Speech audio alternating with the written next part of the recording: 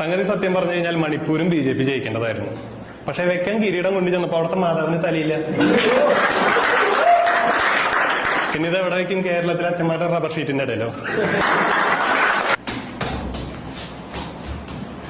Sorry guys, ചാണം ചവിട്ടി. കുഴപ്പമില്ല, ഞാൻ തൃശ്ശൂരിൽ നിന്നാണ്. അതുപോലെ തന്നെ നിങ്ങളൊക്കെ വെറും പൗരന്മാരായി തുടരുമ്പോ ഞങ്ങൾ പ്രജാദൈവങ്ങളാണ്. അപ്പോ ഇവിടെ എത്ര പേര് തൃശ്ശൂർക്കാരുണ്ട്? ഇപ്പൊ ആൾക്കാർ കുറെ പേര് സമ്മതിക്കണില്ല തൃശ്ശൂർക്കാരാണല്ലേ. പക്ഷെ മാതാവിന്റെ ഉദ്ദേശം നമ്മൾ കുറെ കണ്ടതാ. സ്വർണം പൂച്ചിരി ചെമ്പീരിയിടം കിട്ടിയപ്പോ ലോകസഭ സീറ്റ് കൊടുത്ത ആളാണ്. സംഭവം ഞങ്ങളുടെ ലൂർദ് പള്ളിയിലെ ലൂർദ് മാതാവ് സ്നേഹം കൂടുമ്പോ സുരേഷ് ഗോപിനെ ചെമ്പൻ വിനോദെന്നാ വിളിക്കുന്നത്.